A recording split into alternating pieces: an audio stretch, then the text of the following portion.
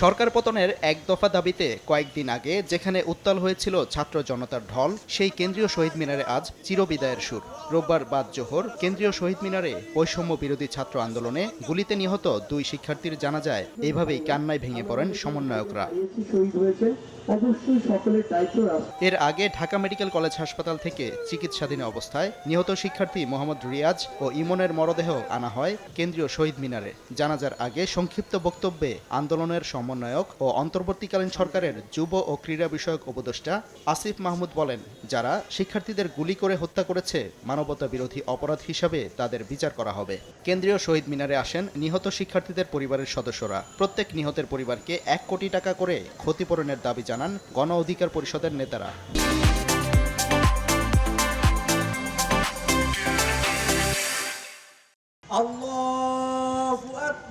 গত ৪ আগস্ট বৈষম্য বিরোধী ছাত্র আন্দোলনে টাঙ্গাইলে ইমন এবং ঢাকার সায়েন্স ল্যাবে মোহাম্মদ রিয়াজ গুলিতে আহত হন। ঢাকা মেডিকেলে চিকিৎসাধীন অবস্থায় মৃত্যু হয় এই দুই শিক্ষার্থীর।